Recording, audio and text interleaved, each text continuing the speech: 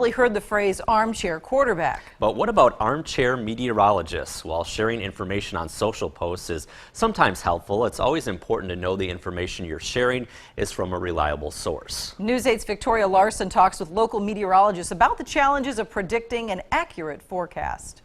And now we'll look at your forecast for the La Crosse area. There's a lot of factors that go into it.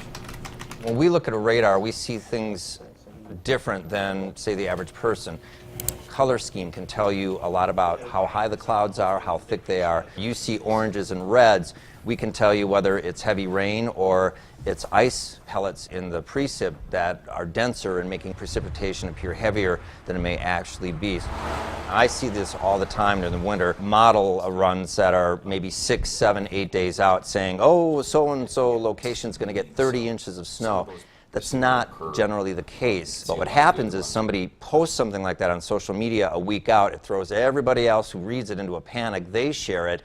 But 3, 4 days later, when that same model is predicting half or maybe even a quarter of what it was predicting, those same people don't go and post that model data again to show context. When it comes to social media, know your source, because there are a lot of people out there pushing information, whether it's weather or news, that has no context. Again, urge people when there is that threat of inclement winter weather or as we move into the thunderstorm season to find a good source of weather information and act upon it when those watches and warnings are in effect.